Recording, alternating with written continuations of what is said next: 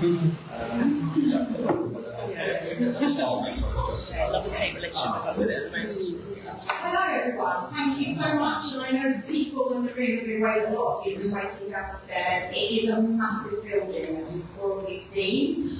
It's easy to get lost, hence why we have one more place or two places that you can enter, and then it's a case of waiting to get through security, because all the doors are tagged, stopped, stop everyone just wandering around through the building. So apologies for that. My name is Vicky Thornhill. I work as part of West Kent Business Support Programme. I'm delighted to have returned to this programme after a bit of a break. And it's great to be working with GLL to provide the service. Anyone who knows me knows that I'm massively passionate about West Kent community. And I hope that you will really enjoy this experience, which is a very interactive, fun presentation that we're on today. Just to talk a little bit about the Business Support Programme. Some of you might not be aware, but there is actually a programme attached to the library that GLL have provided to everybody who joins West Kent Business and registers. It's through Bromley Library. Kent Libraries don't have it, but it's a fantastic resource for business information. I don't know whether anyone's ever come across it. But if you need details on it, please let me know. Whether it's businesses, whether it's information. I mean, I didn't know about it, and it's been an absolutely great resource for a particular sector you want to look at, find out all the associations attached to it, things like that. It gives you that information in whole. Also, business support availability. So again, projects like this that we're running at the moment, keep getting things like that grants. Also, we're running lots of events. All of them are free. We're attempting to do a mixture of workshops, and we will have some networking events separate as well. So it'll be an opportunity to all come together as a community and talk about business. So just to let you know that. And also the mentoring. If you want to contact myself with regards to mentoring, some of you will have had it previously, but I know that one-to-one mentoring is free. We will sort of provide you with a list of potential mentors, and you've got the opportunity to apply to actually do that and have 4 hours with a mentor on a particular sector that you might be interested in, whether it's sales, whether it's finance, you need extra support, just to give you a bit of help and support. So this programme is all about helping you. So as I've just said, the opportunities for startups and for existing businesses as a whole are as follows. And also, just to let you know, the West Kent Expo, which took place in 2024, and then the beginning of this year, and then it's going to happen again in March 2026. So we're looking for exhibitors at the moment, sponsors, and it's a great event. If you go, there's about 500 people that can meet business communities, about 50 exhibitors, and it's held in the River Centre in Tunbridge, so it's central to the West Kent community. Okay, so if you want to join the programme and you haven't already registered, if I could ask you at some point, I will put this QR code up later, to just scan the QR code. It's really important as an organisation for us to gather information about your business, your requirements, what you need, details that we can then provide to the local authorities about your participation. We have to demonstrate that we're providing the service for people and they get to benefit. And the most important thing for us is we want to hear back from you, what you need, and therefore there will be some feedback afterwards, just so we can ask you to just complete those if you don't mind. Okay, well, I'm going to now be very quiet, which is very unusual for me, if you know me. But I'm going to hand over to the lovely Lou, who's going to be talking to you about podcasts, sales leads, and she is very, very spontaneous. Exciting. I know you're most golden. No, you're not. No, you're not. So let's Lou carry on and I'll put her on for 2 hours. Swap over. It's exciting to look at. It's more interesting than usual.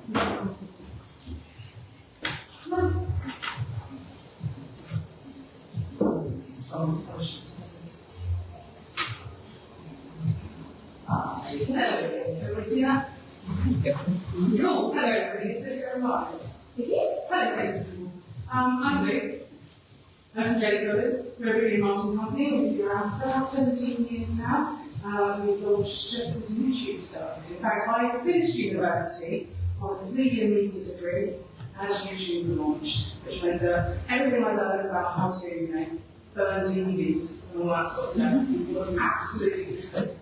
But what it did give me was show people that I could move forward with and actually create a business that helped businesses since YouTube became a thing. And the Facebook game, and Instagram, and obviously then MySpace.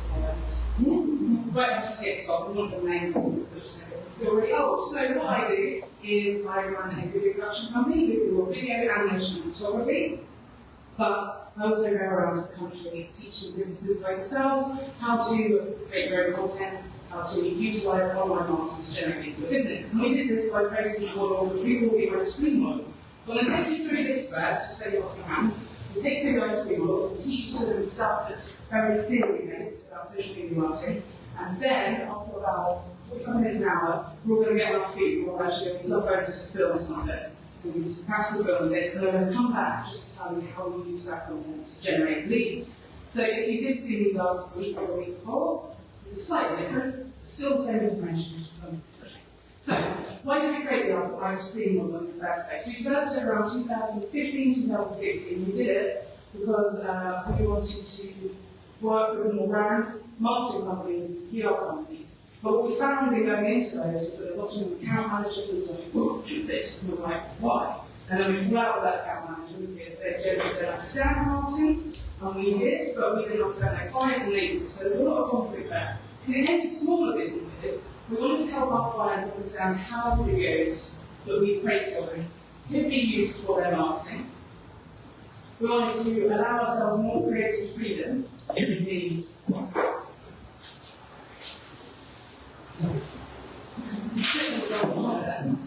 wanted to allow ourselves more creative freedom in the campaigns that we created by being able to back it up with strategy. We wanted to show all of our campaigns had a measurable success. So a big mistake people make when they go into marketing their business is they never figure out what they're trying to measure to decide whether it's successful or not.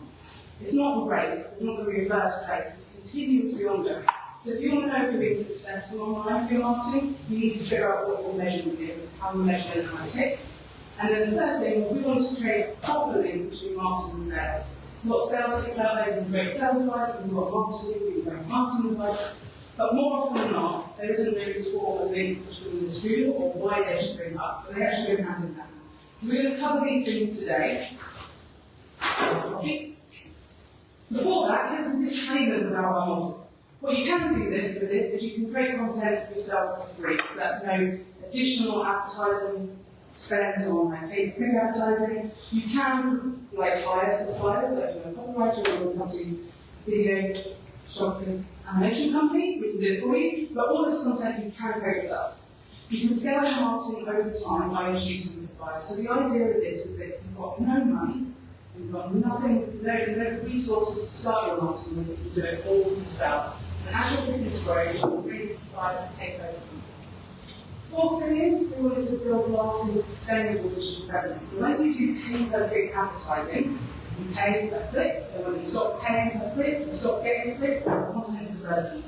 The content you create itself is evergreens, which will last as long as the information is relevant to your audience, and this will build over time. So if you look at blogs from people that started their blog back in 2010, at the very start, those blogs are huge, and they're not going to go anywhere because they've got so much juice from SEO people over the years.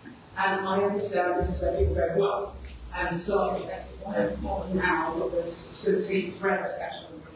It's fine, I'm going to show you some tricks on how to catch up with your competitors, but also, it doesn't matter, because if you don't start now, you can use that excuse for the rest of your life, can't you? Anything that you don't start now, you could start yesterday, you might as well start today, because if you wait until tomorrow, just an extra 2 days since you could have started. And the third thing I want to show obviously is measure success and adjust. So it's really important in marketing that you frequently look at what you're doing, how it's working, how you are getting benefit from it, and then if it's not working, adjust it so it does work. Most people just continuously hammer out blocks, thinking that's going to get somewhere, and they're not actually looking at the analytics to it, they're not looking at how they measure it, and they're certainly not looking at how they can change it up to get a traction. What this cannot do, and you're welcome to talk out now if you need to do these things, we can't fix quick sales issues. If you have no money in your company, you need to get sales fast, this is not the role for you. This is a long-term thing that builds over time and will give you success in the long term and help continuously build. We can't fix quick sales issues, we manage to speak to a sales advisor, a bank for a loan, whatever it is, marketing is not a quick fix. And this cannot do it all. I talk about this a lot, and this is a very base level thing. Once you start doing this, you'll see that you need to go into other areas, and that depends on what your business is. So for some of you, networking is going to be the best sort of marketing you can do. For some of you, being on LinkedIn will be the best marketing you can do for other people. It might be putting an ad on a newspaper. It really depends on what your business is. We'll explain how you figure it out actually. So that is how we make the screen look. So anybody here know what organic content marketing is? Anybody heard that term? Or you it's cheating. You can't get the answers that we before. Organic content marketing is essentially you're actually promoting your products and services with assets that you create yourself that develops naturally over time. So everything we just said. It's organic because you don't need to add additional costs to it. It's content, we know what content is, videos, blogs, podcasts, that sort of thing. And it's marketing. You're using it to share what you do or what your service or product is. So, formats of content. Now, everybody probably knows all this. This is going to sound a bit obvious for a little while. Anybody here doing blogging? You can blog for business? Or anybody blog for their business when your business is not being a blogger? Are you writers? Sort of blogging? Sort of. Just adding a thing on the website rather than taking events or anything. Right, cool. Anybody here trying to do video for this? Oh, we're getting a few more people there, that's exciting. You trying to do it? Have you got supplies in or trying to do it yourself? Do it yourself? Phone or laptop? No. Phone? Lovely. It's just tips for that later. Anybody here doing a kind of podcasting? Podcast, I think. We've got a podcaster over there. Podcast, I don't know. I think we should take this all down there afterwards. It's a podcast studio for this building. It's cool, we're going to check it out afterwards. But podcasting also is great. But there are a lot of other subcategories within those. So when we talk about visual, we're talking about photography and video, that's what most people think about. But we also talk about things like infographics, flyers, anything that is visual, gives that information visually. This is a visual form. Audio content. It's not just podcasts, it's audio clips, radio ads. So many different ways that you can use audio to market business. Within the visual content, we've got videos and animations we talk about. We also have things like gifts. My website, check out our website, every service has a little animated gift. It's just a person picking up their phone and downloading on something, but just adds movement to the page. So movement in content is great. We've got live content, so you're here, right? This is content. I create content, you're here to look at the content and workshops and presentations. How many people here regularly do this sort of thing, go to learn something new for their business? Everybody should be doing it, doesn't matter what you know for. You'll be learning about accounting, finance, anything. If you're a business owner, one of the essential things you can do is to continuously learn. And going to, as we'll see, going to things like workshops and presentations are a great way of building content for your business. So there's tons of different formats of content, and they all kind of work together. Let me just check what it's like. Generally, put that on apologies, people on the platform, or another thing's about you. Don't make face, don't break the microphone, I'm aware of it. We can just bring the phone first. So these are sorts of content, right? Now all these sorts of content work together, they all fit together like a jigsaw puzzle. I'm going to try using, I don't like it when someone wrote from last week with a constant example. I wasn't there last week. No, you weren't. My partner was there last week. Yeah, but so I wasn't online. Huh? I thought you were online. No. I haven't seen it, so go for it. I thought you said you were watching it No, on go Facebook for it. from here. No. Ah, okay, cool. Then what you say on cheating. Okay, so when you've got different sorts of content, if you have a leaking tap in your house, when you will wait for a connection. If you have a leaking tap in your house and you want to fix it, and you never fixed the leaking tap before, someone tell me how you're going to find out how to fix that leaking tap. YouTube. YouTube, right? Everybody shows on YouTube, right? If you have to make a cake for your friend's birthday, and you want to find a cake recipe, and they're like super fussy, they want like blueberry or white chocolate, something. They found the recipe for you. Where do you look at that recipe? Google. And what are you looking for on Google? BBC. What format? Written, right? Yes. Now, why do you want a written format for your recipe rather than video? Everybody here really like, oh, I want a video. But when there's a recipe, you Google it. Why? So I do use video content for recipes actually. I find myself continually pausing to just look down and see what the ingredients are. Yeah. We use it. Yeah. But also, because like you might not go out to the supermarket to get ingredients, right? You're not going to store things on video. I'm bringing it closer. No, I'm trying my best. This is not working. Well, it's a Bluetooth. Technical difficulties, it's fine. I'll let you figure it out. I'll just keep talking to you guys anyway. So, you already recognise as a user that the content that you go and look for is different depending on the reason you're looking for it. A video for fixing the tap is the best thing to do because you actually get to see bit by bit what that's also a well-made video and it's not just advanced phase or something. You get to see what he's doing, you can follow that along step by step. It's also a relatively quick class. Whereas watching a recipe video, no one's making a recipe video that's 2 hours to count of cooking time. So more often than not, recipes are skip, not steps, but they skip the length of steps. And I'll put the recipe routines on screen. The best way to do this sort of content is to make a range of formats for whatever your subject matter is. So what I like to do is go to a blog that has my recipe ingredients list on it, but also has a video at the top that shows me how it's done, and especially in technical, tricky bits. And maybe has some video, some photos embedded within that blog that shows me the step-by-step guide. So as users, everybody, the internet only being one way, all this stuff in the last 15 to 20 years, everybody's already fully understanding about the different format of content will depend on the message that you're putting out there and the information you want to share. So the first thing about formats is always think, how is this going to be interpreted by my audience? I want someone to read this, I want someone to watch it, or do I have to make all of them? All of different formats. And then it's the cheat way you can do that in a bit. Some of you might be using that. So within our model, we came up with 4 different types of content that you use to market business. That's it, only 4. You might see other people saying there's 6, or there's 3, or there's 5. They're wrong, it's 4. I'll tell you why. The first type is cornerstone. You consider this the codon of your ice cream. I'm going to actually explain this time why it's called the ice cream, or you don't forget that bit. And then everybody's like, why ice cream? The ice cream is the cone, well, the cone is the cornerstone stuff. So the cornerstone content is who you are, what you do, and why you're a company to choose. It's usually the information you find on your homepage, or in the bios of your LinkedIn profile or Instagram. The amount of room you get for your cornerstone content can change dramatically. So Instagram, teeny tiny little bit.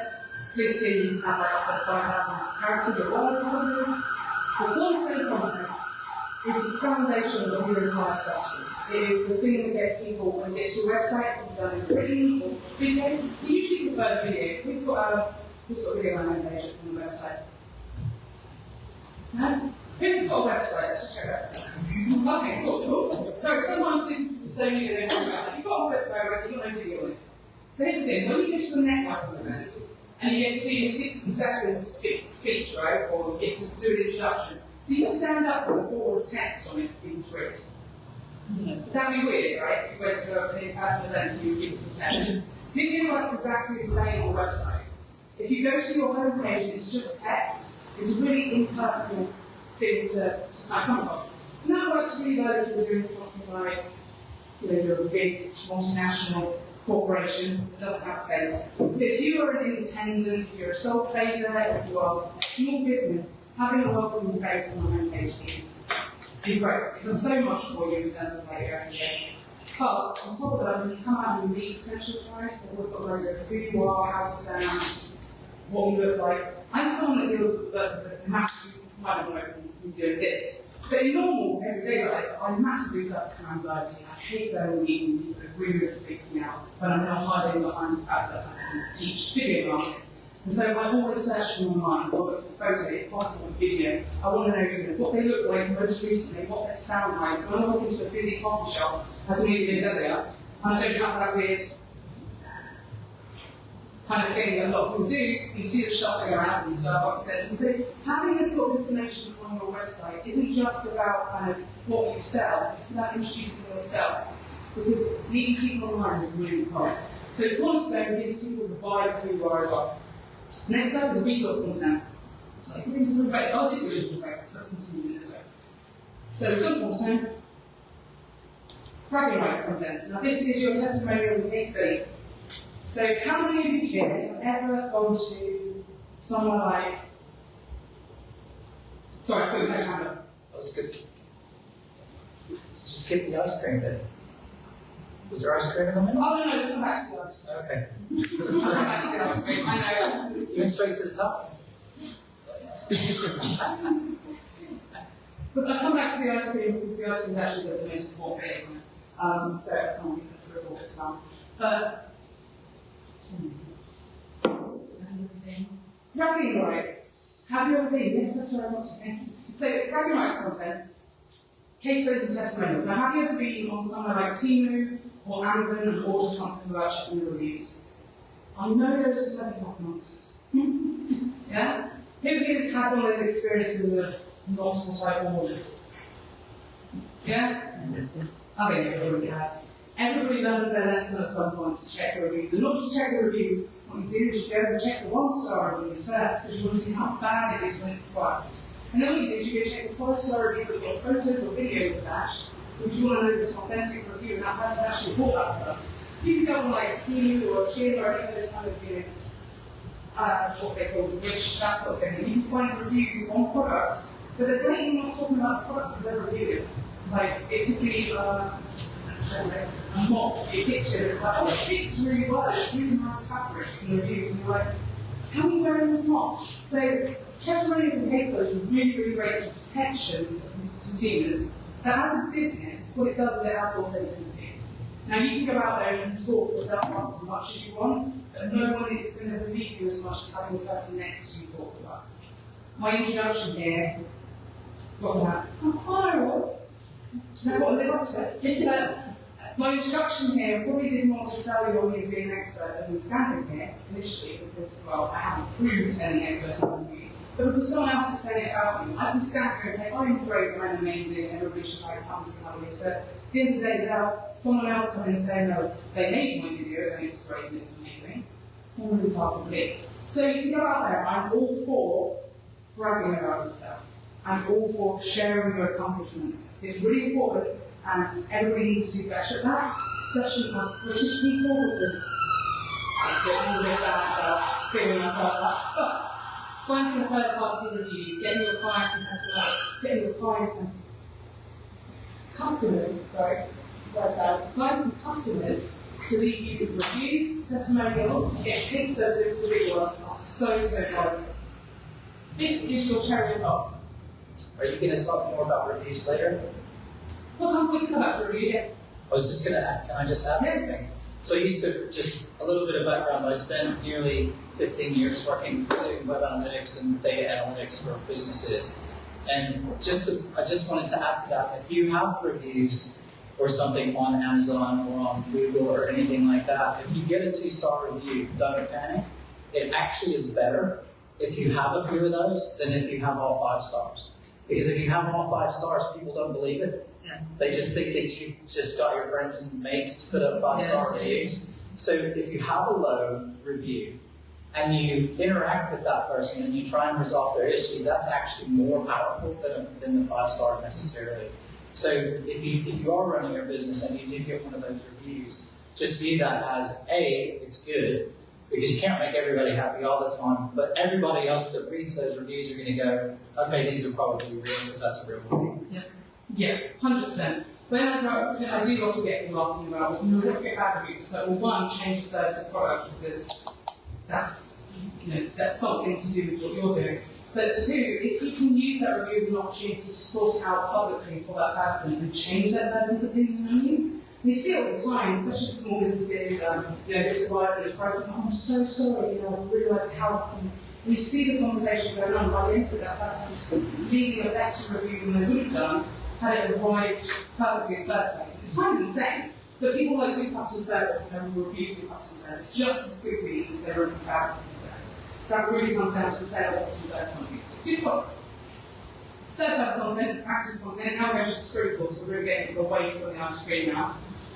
Active content is everything you share on social media. It isn't really going to get ice cream. We put sprinkles with waxy bits, sugary dust on top. Absolutely pointless, right? Because say this now, social media is pointless. Pointless. Such a waste of time. The whole world works around it. All social media is the sprinkles to your ice cream. It should attract people in. Now, if you're walking down and say as well, I'm from Norfolk, so our closest beach is Great Yarmouth. Don't the beach Great Yarmouth, it's a big, bright, colourful, and noisy, and there's ice cream parlours everywhere. And the ice cream parlours getting the most business are the ones that have the big pictures of the fully decked out ice creams. The ones with 4 scoops and all the sprinkles and all the sauce, because it looks great. So, active content is just your sauce and sprinkles for your business. It doesn't need to be deep. It doesn't need to have a lot of context. But it needs to be there because it attracts and engages people and brings them to your deeper messaging, which will be your resource content, your recognised content, your cornerstone content. So active content is the bliss in the plan. It is important. That's what we're going to focus on in the latter part of this. How you can do this quickly and so not spend too much time on it. Finally, we can get to the ice cream. So the ice cream is a tasty bit that people come to. It is helpful information and advice and expertise that you offer as a business owner. The ice cream model is my ice cream. It's the thing that people want. So with everybody has a different level of expertise depending on their businesses. We do go around and find out some of the businesses are start being a bit specific. But the ice cream, you can go to an ice cream parlour and ask for a code for the sprinklers, right? I mean, you might do, but again, bit mad. You're going to go to an ice cream parlour because they want ice cream, but similarly, you don't go in there and have a handful of ice cream, please. You want the code to put the ice cream in because that's the foundation that you build everything on. But people are coming for your ice cream. No matter what your business is your expertise in your business that will build your audience and bring you back loyal customers time and time again. And that's why I do these events, because I'm showing off my expertise and bringing people on Facebook. We're going to come later to how I feel about Facebook. It's fun. I spent the last 3 weeks slagging off. It's put me on live. Really a big old session on Facebook. It's hateful. It's a hateful place. Don't the AI content. Anyway. So, this all sounds a bit crazy. Let's go back and go back to users. Does everybody here understand why you want to give away free information? Anybody have any questions about why would I give away free information about business?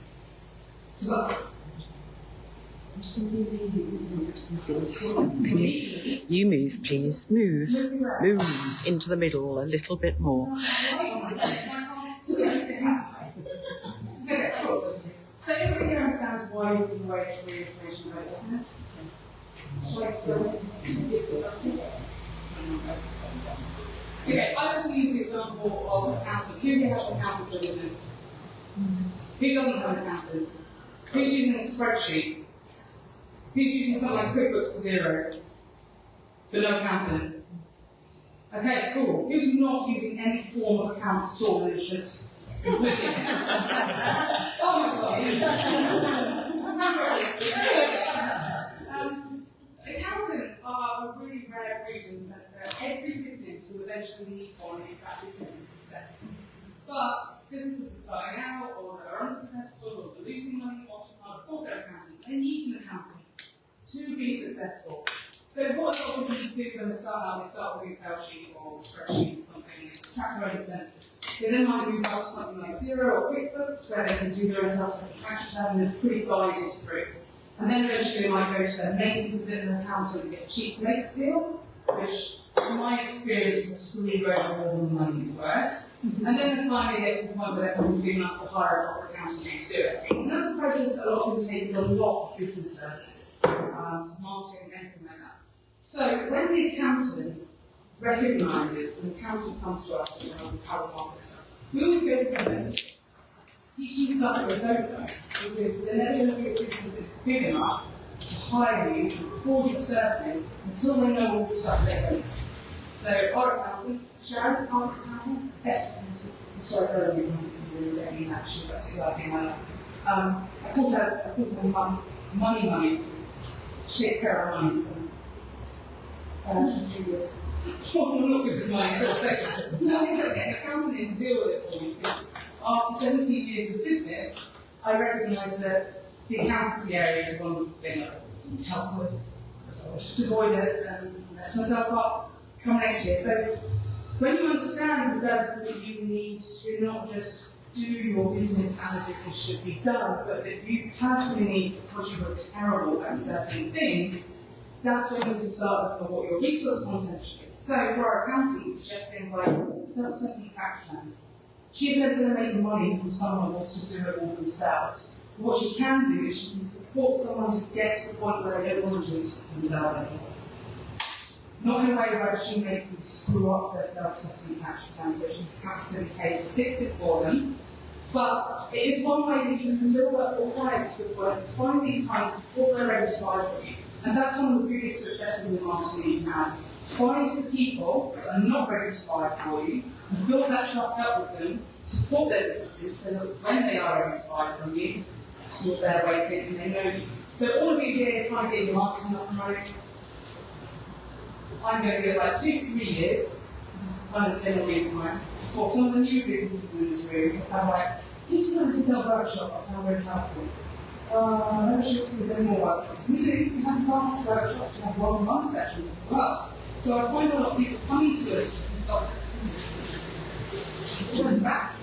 consulting, consultations, after they've done workshops like this, because I can be more specific about their business. So it's all about figuring out what the scale is for. These are my potential customers, but they don't need my services. These are my customers, they do need my services. What is the gap in between? What can I teach these people to get them where I need to be? And a lot of people sometimes make the mistake about, I need to teach them how to work, I need to teach them what processes to make video. That's not what I mean. It's about helping them build their business to the point where they can afford it. So, what way are we here to anyway? Resource content. So, everybody here has a different business. But one of the things that you all get are questions that you hate. Questions that people ask you about your product or your service, day in, day out, you're like, you've done, how do you not know this? So for us, one of the things I often get is, how much does a video cost? And I'll go back to the like, what do you mean by a video? What we're talking here, like a 4-hour documentary, or we're talking like 6 or 7 social media thing? How many people do you want in it? Or green screen, or special effects, or animation, what is it? We have endless dumb questions. Every business does. They're not dumb questions. They are people that are not in your industry, who don't have your expertise, who don't know what to expect. And you should treat them professionally, politely, and extend computer function. Because they're stupidity. They're not stupid, it isn't. It's just a knowledge gap with what you do. So, these people are great for fielding where to get your resource content from. Spend the next 3 months writing down every dumb question you get through email or you go to networking, and then what you have is a list of questions that you can start your resource content with that you know immediately will save you time. How much time do you spend going back to the same different clients, but with the same question over and over again about costs, about what the process is? All of these things can be formalised into blogs, into videos, into podcasts that explain to your potential customers what the answers are to these questions. And it's really, really great time saver. If I keep saying this, if you go to our blog, we just changed over our website and all of our blogs need to be publishing from scratch. So, my website already, so look. Give it till August, remember. So, does everybody understand those 4 types of content? You've got cornerstone, who you are, what you do, why you're having to choose. resource content, tasty bit, your expertise, sharing your knowledge, and becoming a thought leader in your industry, bragging rights, your testimonials, case study, and quotes, anything from happy guidance saying how great you are, and then active content, the social media follow that pulls it all together and engages your audience. So this all seems like a lot of work, right? You found your FAQs, all this sort of stuff. How would you do this? You've got to think what we were talking about. You've got to have different formats of content. You can't put everything out in blog form, especially if you're not a planner. You can't put everything out in video form, especially if you're not you're a recipe person. So you need different formats to speak to different target markets. You need different types of content to speak to your audience as well. So how do you make all this work? Well, we came up with a solution, which is called One Great Idea. All you need is one great idea to create 44 pieces of content, which sounds crazy, but bear with me. So you've got your top 10 things that people ask me about my business that I hate answering questions. Find 10 of them, you can create yourself a top 10 blog. This should be quite easy. You take a question, you write 200 words and you answer. That's it. You just do that 10 questions, you've got a blog. The copywriter in the room who's probably hate saying this. You might want to get checked by a copy expert. Don't use chat. Don't use it for your research if you want, but write from the heart, write with some authenticity, because we can all spot ChatGPT right now. Yeah. It's fine if you're writing contracts and stuff like that, that you don't really want to support to. But when it's your business, when you're marketing, authenticity is the key. I don't go into AI on this a lot, because when I start, I can go for like 3 years studying on AI. I love a lot of AI tools. When it comes to marketing, authenticity is the key. And AI is not authentic. And it's never going to be authentic. And audiences will start putting on too. I can see you kind of like, you're disagreeing with me. I love AI. No, I do think the next 5 years will work out to a point. We will accept It's never going to be human. It's never going to have emotion. Okay, let me rewrite that. I reckon 70% of people won't understand. Okay, yeah, some people won't. No, a lot of people won't. This is the thing, a lot of people are already falling into traps on this is why I hate Facebook. We'll come back to Facebook right now. This is why I hate Facebook. The majority of AI content, a lot of it is false information that's going out there, and they're sort of doing absolutely nothing to stop it, really, in the grand scheme of things. In fact, they're actually aiding it along with their own AI stuff. So when it comes to things like fake news and stuff like that, AI is like really dangerous, and yeah, people are not working out. But what I'm talking about is when it comes to small businesses and you building a genuine connection with your audience, it only takes you to write one block of AI for someone to meet you in a room and realise that wasn't you. Because, you can only hide behind AI as long as people don't actually connect with you on a one-on-one basis or in the real world. Because as soon as you do, then it picks up, right? So, same with people that do their AI headshots. They take a really bad picture of themselves and they change it with AI and say, are you not planning on meeting anyone ever? Or you're just going to take the photo around the property? Because you don't look anything like that. So use AI carefully and make sure you're using research, fact, markings, quotes if you want. Do not use it to replace your own authentic voice. So back to our top 10 tips. Write top 10 tip blog with those FAQs that you've got, people asking you. And then when people ask you, just send them that. What do you mean by top 10? So whatever the top 10 stupid things that people ask you about your business are. Right. Start with them. It could just be anything. Like a list of them. Yeah, like a list. Okay. Everyone got listed, right? Yeah. A list. Short little bits, usually 150 to 200 words per section. You get 10 points on those, all very top level information. It's not.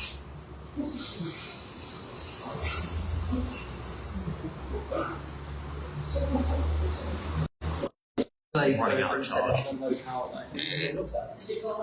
It's not. It's fine now, it will die, but I'm going to have to be around with it anyway, so we can probably then have to send it on. Go on to Zoom video. Zoom. Thanks. Yes, Zoom. You can use Zoom. Just hit record on Zoom. You can also get things for your phone that put like a little auto cue on there. So you do it. But if you're confident with video, like I tend to be, because I can just waffle for hours about things that I know about, you can swap those off you, and you can sit and you can talk into your video, do your video tips, and then when you upload it to the transcriber, you get the written version in your blog anyway. And all you need to do then is tidy it up a bit. So the top two are kind of interchangeable. You can do whichever one you want first, depending on where you feel more confident. But start with a base. That's your top 10 tips for broken down item. What it gives you then is 10 short tips that you can expand into longer blogs if you want to add more information into it. And that's what we call nested articles, so the cluster topics. Your top 10 works as the centre for the cluster, and then you've got 10 subjects you can drill down into more information. So that technically gives you 11 blogs from those 10 questions that you found. You can then take the audio from the video. We've got podcasts. It's not going to be a professional podcast unless you're recording in a podcast studio, but I've still got audio which equals a podcast. Bit of tidying up maybe, add some jingles in there, add your audio soundtrack underneath. What's a podcast? You can then break that podcast down into 10 mini soundbite tips that can be shared on social media. You can take those blog tips and break them down into little social media posts as well. You can take your top 10 video and break that down into 10 short videos, social media, one for each tip. The big social media video, the big YouTube video can be embedded on a blog, and you just share those pieces. So we said 44 pieces of content here, but if you're clever about it and you put enough content in your initial top 10, you can keep breaking that down and find different ways and different formats to do it from writing in one blog. So when you consider there's 52 weeks in a year, and you take a couple of weeks off for the summer or for Christmas, at least term time, one blog will give you term time for an entire piece of content. And it's the same thing over this where we're online always going to get bored when we're talking about this top 10. That's why we schedule stuff in an insane way that everyone's going to look and go, what the actual hell? But it's really not that difficult when you go. What we do is we just start from week 1. It's easy when I start with the middle of September or something. Post your top 10 blog and your video. Just a standard, your whole thing, all the information's out there. But when you break it down, we have. I need to be careful now because you're going to socials. Unless it's an event like today that is timed, we don't share the same piece of content across all social media at the same time. So today, if you look at TikTok, LinkedIn, and Instagram, not Facebook. The live read between Instagram, Facebook, and something like that. Instagram, TikTok, and LinkedIn will have a video go out this morning that's said about one student's talk. And it has to go out this morning because today's the end of the talk, it goes out tomorrow instance. When it comes to your FAQs, your top tips, they shouldn't have time on them. They should be evergreen. They should be content that lasts forever, essentially, or until you decide to change how you do things. So we split our social media platforms, and then we split our tips so you can see what we're thinking. So that's right. So tip 1, tip 1, tip 1, tip 1. So tip 1 video lasts 4 weeks for us. That's a whole month of tip 1 video. What that means is, rather than our audience going to our social media platforms and seeing the same piece of content on the platforms, they're getting the opportunity to share it, and you'll get a much wider reach by spreading it across a number of days or weeks or even months if you want to. And the reason for that is, 1, if you share it all at the same time and your potential client or your followers are not online at that time, they miss it entirely. But similarly, if you share it all the time, they are online at that time, they're going to see it across all platforms, that's more boring for them. By spreading it out like this, you get the most reach, which you give the majority of people a chance to actually see it across platforms, and you're not just looking like you generically going to share to all. So then, tip 2 goes out, 3 goes out, and so on and so on and so on, until we end up just changing up the format. So all we do is all the video tips go out first, and then we move across to the soundbite tips. So by the time we get from video tip 1 to tip 1 soundbite, then the soundbite's just the audio from video, 10 full weeks has passed for social media. You don't have to put this in social media. So 10 weeks before sharing the same piece of information in a different format, it's absolutely fine. Once you get past the soundbites, well, I mean, it's 20 weeks, right? So if you wanted to, you could start right at the top of the videos. Because you will engage new people, you will got new followers in that time that won't have seen this content, and no one's going back 20 weeks in the timeline to figure out what you were up to. And this is the example of doing it with social media. So the website and the YouTube video are there consistently, getting views. This stuff is social media content, sprinkles to get them to that video. Because you don't necessarily want them to watch the video tips, you want them to get to your blog on video. That's the main one, that's what you want them to get. So these are all adverts, just trades, it's all about. So we do this To do this, we look at 4 capture points, which are your search engines, search terms, image and video search, shopping search, and location-based searches, web search, your email marketing, blog, sign up, and gated content. So we're going to use gated content. No? Anybody here know what gated? Does everybody know what gated content is? Okay, so gated content can be paid for. It can just be something of value. It might be that you put a blog up on your website. It might be that you put up a video and password protect it, or you make sure that someone has to give you something to access it. And this is what you see it with like a lot of big newspapers and stuff like that. Wikipedia do it as well. But you go onto the site and you're like, oh, really, this is some information, you get the first paragraph of it, and then it comes up and give us money to see the rest. What's it called? Gated content. Or gives you an email address to see the rest. And all that is someone collecting your details. Because let's say, IT, right? Recruitment, yes. Let's say you were doing, your top 10 tips include $10 ransomware. And someone's like, oh, shit, it's a ransomware. Got some ransomware on the computer, and you'll see it can fix it itself, and go to your blog, and fix it itself. From that little bit you put in the top 10, and that leads to a longer blog, like, oh, this must be the link to it, and click on it, and you get a little bit more information before it says, give me your email address. Why would you do that? Why would you put your email address in there? Carry on reading it, obviously. No, to get the marketing. And to, Oh, no, you yes. put the email. Why would you want to get their email address? To then use that for newsletters and all that. Sort You of. can do. I mean, in that instance, As a future Yes. potential customers, Yeah. they're already coming in as a warm lead, Yeah. especially on a subject like that. Now, something like that, we really want something like Facebook Pixel, somewhere you can track and find out the phone numbers. You can literally, oh, we're on your website. I've got clients that do this. They're literally on the website, they pick up the phone and phone that person. You really want to mask or ransomware, so that means you've been screwed, right? Bring it in, we'll sort it out for you. Whatever it is, there are different ways you can connect people. So what we look at is these capture points as ways of capturing people's information. The information you get from potential customers can one indicate what level of leads they are. The more information they give you, the higher they are up on that lead tip.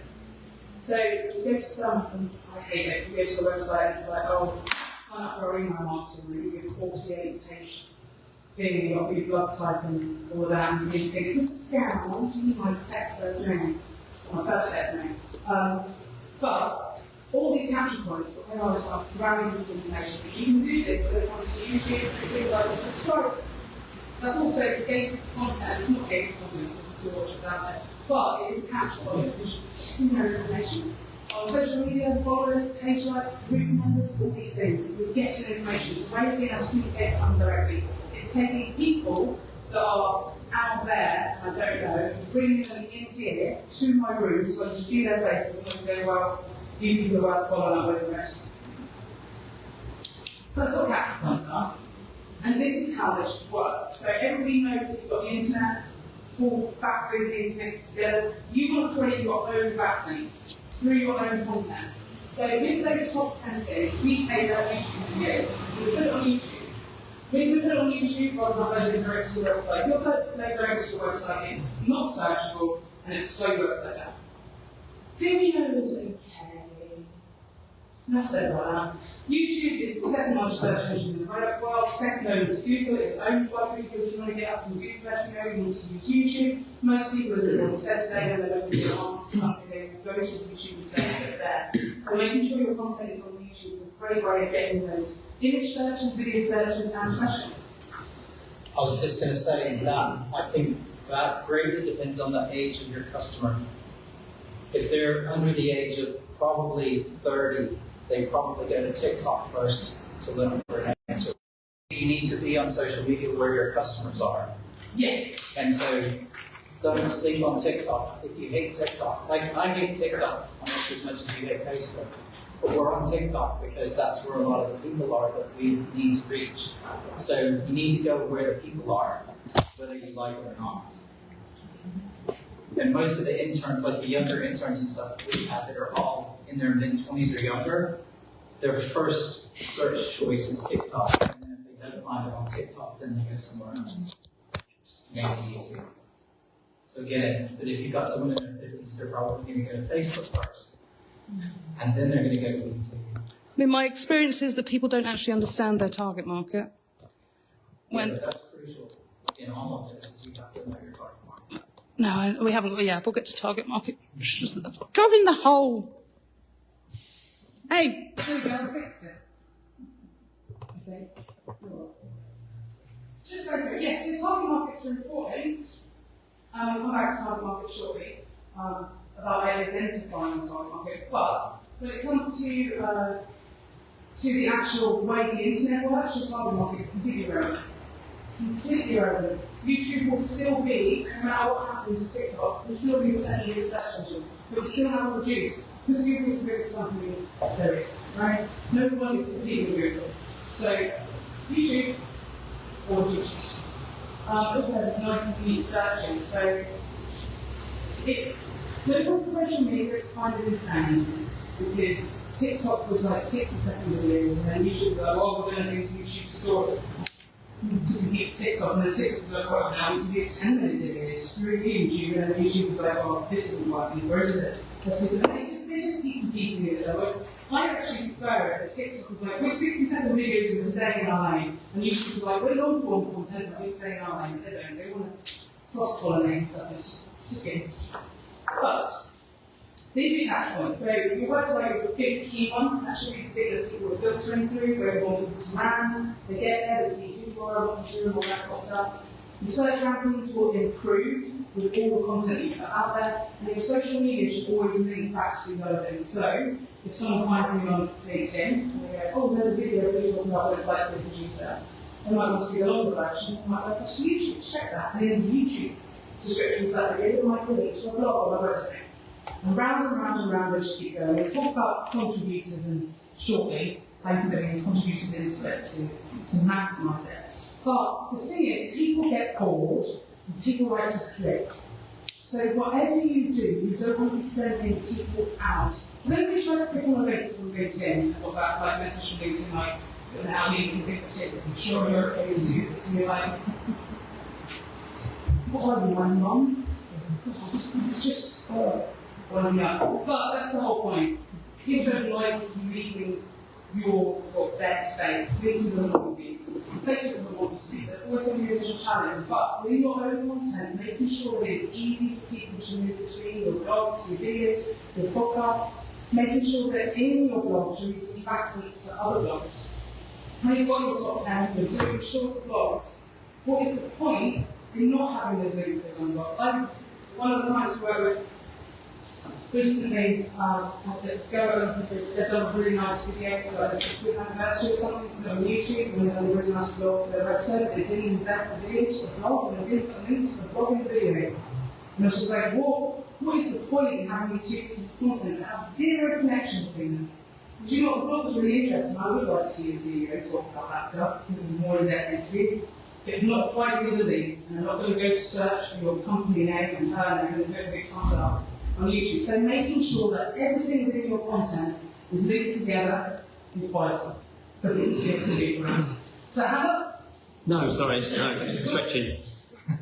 Cool, so, this is it, right? Does this apply to every business? So, for example, we do IT recruitment, and I've ignored Instagram completely. So I can't, I'm not eating a burger and taking a picture of it to show whoever wants it. And with YouTube, I've sort of let that lapse and built up TikTok. So, quite honestly, am I being stupid by ignoring YouTube and Instagram? Or should you just stick? I tend to stick to two. well, yeah, but you know, whether you like your should I be using all? That's a good question, right? So people, what I would say is you need to be on a social media platform, right? But YouTube isn't a social media platform. It's not social media. It's never been social media. It gets rooted there unfairly because it's media, there's content on it, but it's not social media, it's a search engine. Being top of YouTube is impossible. You're never going to make it. You're never going to be an influencer. You might get your account monetized, so the barrier for being able to monetize your content is now far higher, and getting the boundaries for getting demonetized on your content is far lower. So making money or being on top of YouTube is a massive, massive struggle, unless you're going to make it your full-time job and put a lot of money into it, and it's pointless doing so. What it is exactly the same as Google or really great search engine, it's just a different format.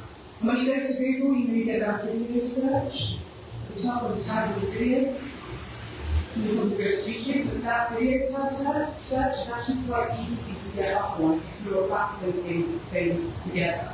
So, it depends on your business specifically. I would say that if you want to use resource content, you definitely use YouTube. TikTok is a great place. And I would say that everybody needs to really be on social media channel and what they're doing. I'm really target market this and go there.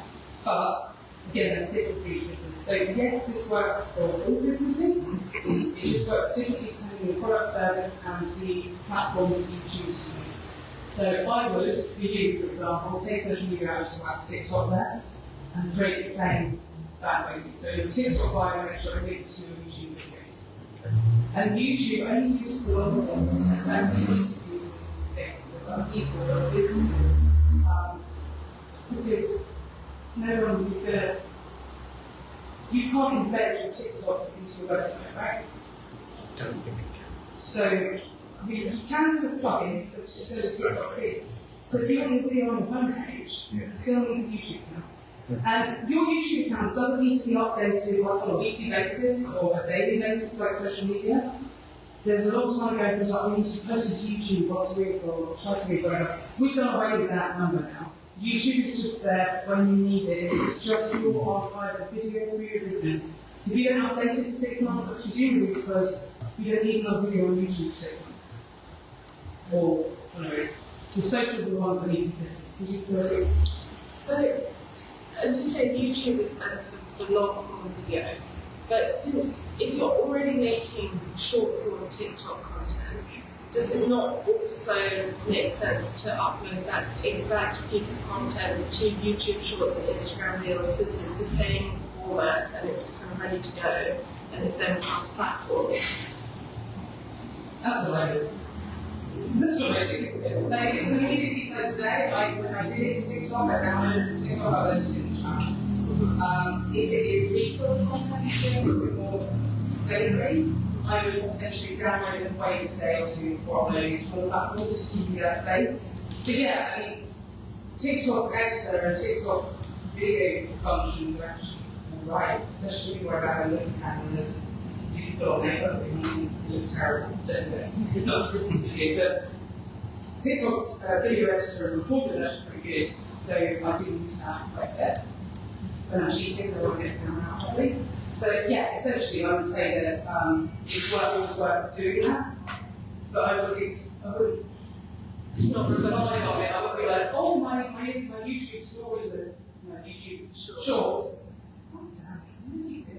The YouTube shorts are doing really, really well. That's not going to necessarily do much because I don't like YouTube shorts. I'm not thinking of what this is going to be actually. It's just sensitive to it. So we understand how you should be backlinking all your content together, but also these different platforms and things that we've got going on. Cool, we're going to move to sales. So we talked about first content. We talked about sales. Who uses the sales funnel process for their clients? Anybody know what sales funnel is? Yeah. Good. Get rid of sales funnel. Sales funnel is stupid. I don't like sales funnels anymore because they encourage you to put a load of customers, potential customers in the top, and then drop out a few customers at the bottom. And you don't want them to drop out. So sales funnels are now circles. You cycle them because everybody should understand that.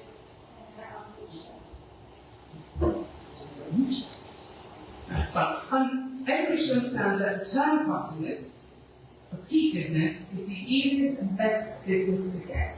So, for having fun, we're dropping it out. But how does this work with the ice cream? How can we use the content that we've already created for our marketing to help people along their sales journey? People go into the sales journey around the awareness point, right? They don't know who you are. You're taking them from no idea who this business is to I know about this business. So let's go to the podcast studio because I didn't know about that until last week. So, awareness. I don't know about podcast studio. I know about podcast studio. That's not the awareness it is. Engaging them. you come visit my podcast studio? It's engagement, negotiation. Here's how much it costs for the podcast studio.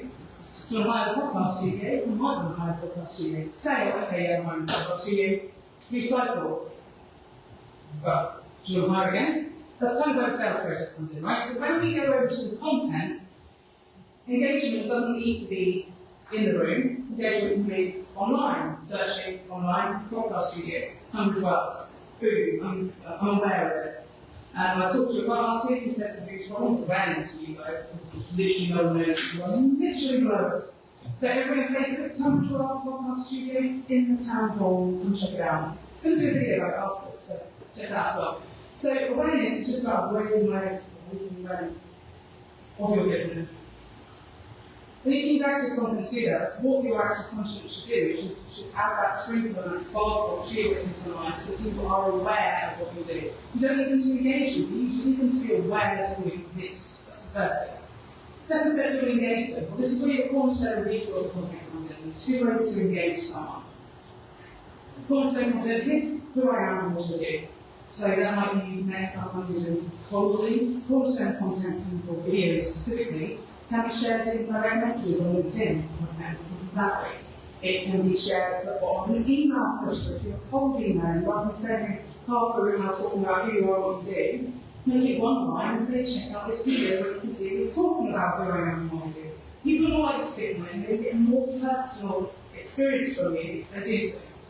Moving on. Negotiations is what we talked about, bragging rights, testimonials, and case studies. When you are negotiating with a client, being able to send them, here's what I'm suggesting, here's my proposal for you, here's how much it's going to cost you, but by the way, here's someone else that's had this service and absolutely loved it, and check out this video or this quote from the talking.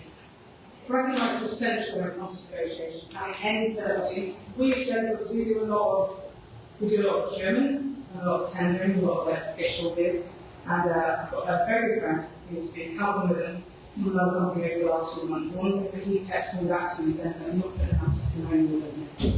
Even in procurement, even when we're doing official documents, being able to come to look at the type text that says so-and-so says this about this, here's all the evidence you need. Having someone else say it or saying it yourself is a better negotiation tactic than anything you can come up with.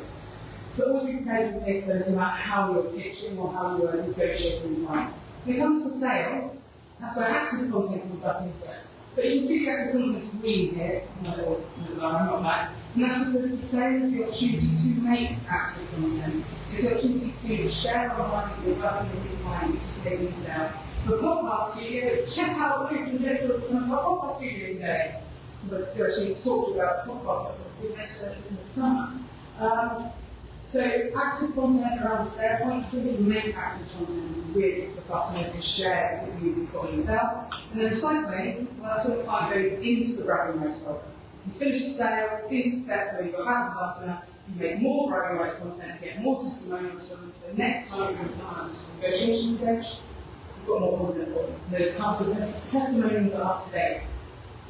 Bragging rights. So that's a bit of a sales process and how that content equally helps with getting sales, even though you've used it and made it from your marketing. I love things that chip off as many things in one go. If I can throw a stone and kill an entire flock of birds, I'm really happy with that. Right, so A, automating responses. This is my quick tips, because everything we talk about seems like a lot of work, right? But, as we said, look for FAQs for your resource content ideas. You're protecting your customers, people in your network, and the stupid questions they ask you are going to be the basis for things that will save you time, but also allow you to give information that people outside of your expertise don't have. Include your content video, all your marketing emails. You've got an email newsletter, include it at the bottom, just in the footer. Put it wherever it can go, because that is your information getting out there. Use platforms to automate sharing. Anybody using Buffer or Later? I love Later. Later is my favourite one. You do have to pay for share videos. Essentially, they allow you to schedule your content over a period of time. The reason I like Later is because it looks like a Google Calendar, and you write one post and you can separate it and just drag it to different Instagram on the 18th and LinkedIn on the 20th and so on. You can just drag it around and use it. It's really visual and easy to use. But using platforms to automate sharing of your research content and the ongoing content you've got is really great way of saving you some time.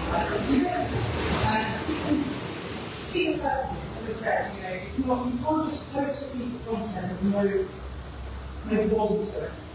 If you post a video on LinkedIn without writing anything in the post, it's going to get knocked down in the algorithms. Really important that you contextualise everything you're sharing.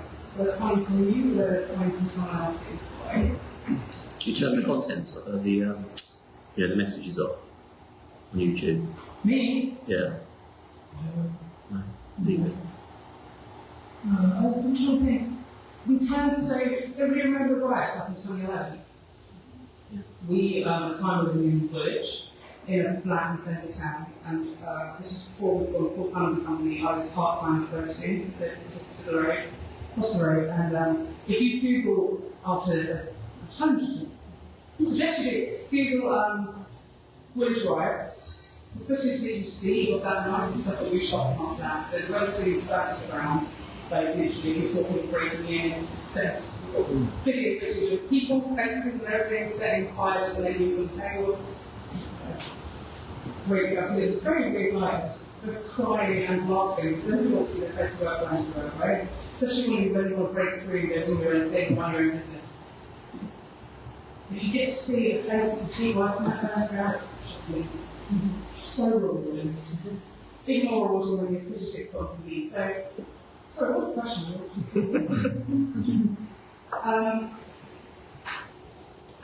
What's the question?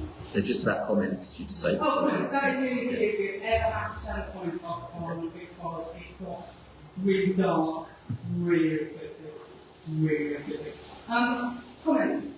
I have people say, and I get really upset when these ones, oh, I'm going to put anything on really trouble, we talk about how I look and my size and all this sort of stuff. People get upset, and I was like, you come out into the real world today, none of us are sitting here talking crap about you. It is always worried when we put something out there that you're going to get judged for it, but for the most part, everyone is actually quite supportive. It's when you get too big for your boots, it's when you become Mr. Beats that you can't control the hate. But at everybody's level here, you're not going to experience it unless you've literally done something hateful that is coming back at you, which is it's painful, right? But people aren't out there trying to wish bad things on small businesses, they're just not. Saying that, as in the video creating room, so you're probably aware of the YouTube copyright thing. You'll know the name of that. You can copyright strike any video on YouTube and say that it's got your material in it, and that video gets taken down, or they do a validation on it, and it's for big YouTubers like Mr. Beast and stuff like that, because there's hierarchy where they're constantly getting knocked down because someone's just being like, pretending there's copyright issue on the video. You're not going to get that with every other one, just trying to become a YouTuber. The only time things get nasty is when you try to knock someone off the top spot. And none of you are going to get to the top spot because your businesses and you don't want you. No one there about much more. It's awful. So, I think it's just on the side before. Oh, look, no, I can't stand up on the next slide, which is great. So, the last thing I want to say before we've got to ice cream, right, on the end of it, is maximizing the generation of engaging content. And the most important thing that you can do is that all those pieces of content we just talked about is make sure you see the call to action in there. So, any call to action will do, you need to be sure of what you want people to do when they finish reading your blog or watching your video. And here are the 3 rules to it. You need to be singular. I've seen so many people be like, call me, WhatsApp me, send me an email, whatever. Get too many call to actions to the end of the video to confuse people. So be singular, ask them to do one thing. Be direct. You don't need to profit up and say, please, can you please go to my website? Thank you very much. Please, thank you. You don't need to fill it out lots of work. Just visit my website. Be direct. And then make it easy. Whatever you're doing, we're asking to do, make it easy. Remember, if you put at the end of your YouTube video, visit my website, they can't click on that bit of text and go to your website. So you have to put the website in the description below. If you haven't, what you're forcing them to do is to pause the video and retype the URL for it at the end of it. Make it easy by providing everything they need to do in the quickest, simplest way possible, and people will actually pay. So, call to actions, they're endless. You can keep going call to actions. You can have a lot of fun with them. You can create your own kind of call to action that's specific to your business. Sorry. Yeah, that's about LinkedIn. You were saying about they don't like you to take it away from LinkedIn. So I read somewhere that put it in the comments of your website because then they're taking you down on the analytics or something. So the problem with this sort of stuff, right, is I've heard this numerous times over the years, and I've had, oh no, they don't do this anymore, and then they do it again. Data. And then LinkedIn brought in their own kind of logging article scenario within platforms, so you can log directly there. And that's why, at the end of the day, they keep changing it. So I'll give you a bit of information, I guarantee you 6 months' time, that would be absolutely nonsense anyway. I put links in the comments specifically where it's going to stuff like Eventbrite, but it really depends on what the relevance of the link is. So if you go to my LinkedIn and see today's thing, the link to the Swimming tickets was in the comments because it wasn't necessarily formed for audio text, but previously there's a think major features that we're working with. I put their links in the body of my post because I would prefer that the people that are seeing it immediate access to the link, that it gets seen a bit more without accessing the business. So it's entirely up to how you want to do it. When it comes to the algorithms for social media platforms, the general rule of thumb is if it's video, it's up here, if it's image and audio is here, and just plain text is here. And they'll treat them as such. But that doesn't necessarily correspond with actual reasoning. In terms of, so what we very well, we're doing a workshop on how to become viral, how to make the viral video. Tell your here you don't want a viral video. Because there are 2 reasons that you will get a viral video. One, you've done something really cool, like you create a new product on set and it's gone viral, in which case you're probably not going to be ready to upscale and grow to the extent of that virality. Will need you to have products and customer service in that place. And I've seen this happen.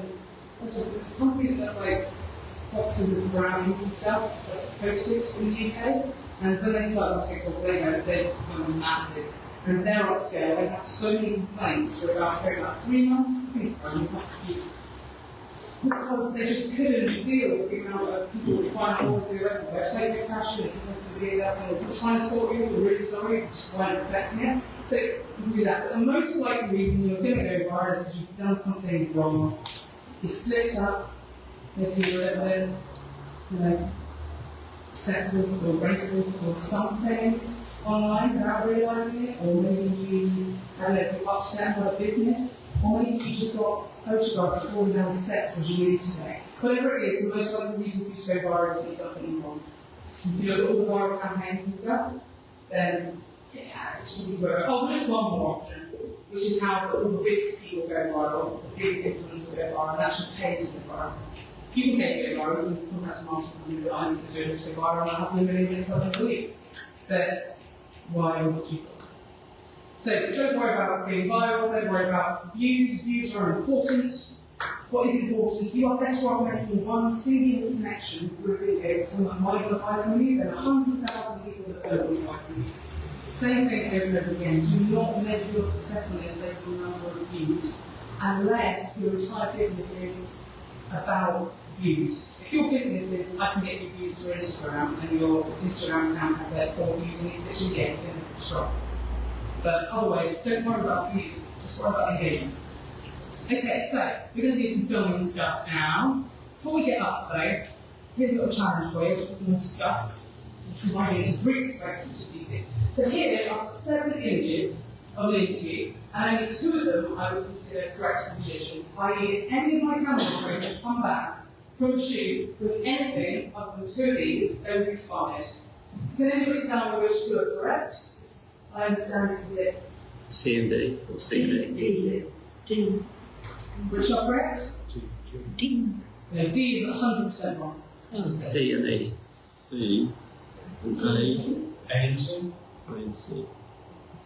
3 and G. That's kind of nice. Okay, let's start. A. Who thinks A is right? It's too tight. It's too up? Too tight. We've got video people in the room. What's wrong with A? What's wrong with A? How much head space is there? Why are we in the space above the head, cut off at the neck? It just looks weird. No one's seen anything like that on TV, right? B, no one's seen wrong B. No, out of focus, yeah. Common mistake. Much fixed by a little tap on the screen now with iPhones and stuff like that. I mean, C. C's spot on, we love C, and it comes up C, and I can see D. Too close. Too close, right? 100%, right on here. E. To learn right. E is actually the second. Oh. The second one. And you would use this sort of format if you're doing an intro, you text up. If you want to put a lower third, the name at the bottom. A lot of our interviews are shot like this because it gives a side space on the screen to put additional information. F, what's your level? Yeah. And then G, anybody? G's a little bit more subtle, who won't notice this one? It's not actually, the whole camera's on a bit of a one, so you can see that her shoulders are not in the same line. So the whole thing is just kind of an angle. And you'll get this effect from when you have a leg slightly longer than the other and you haven't centered it properly. So everybody here is aware there's different sorts of shots. Does anybody know the rule? Don't know videographers. Does anybody know the rule that we do this by? What's yours? Videographers? Thirds. Okay, cool. Right, so this is the rule of thirds, and we can use it for both interview and 2 camera pieces. We're going to be focusing shortly on the 2 camera pieces.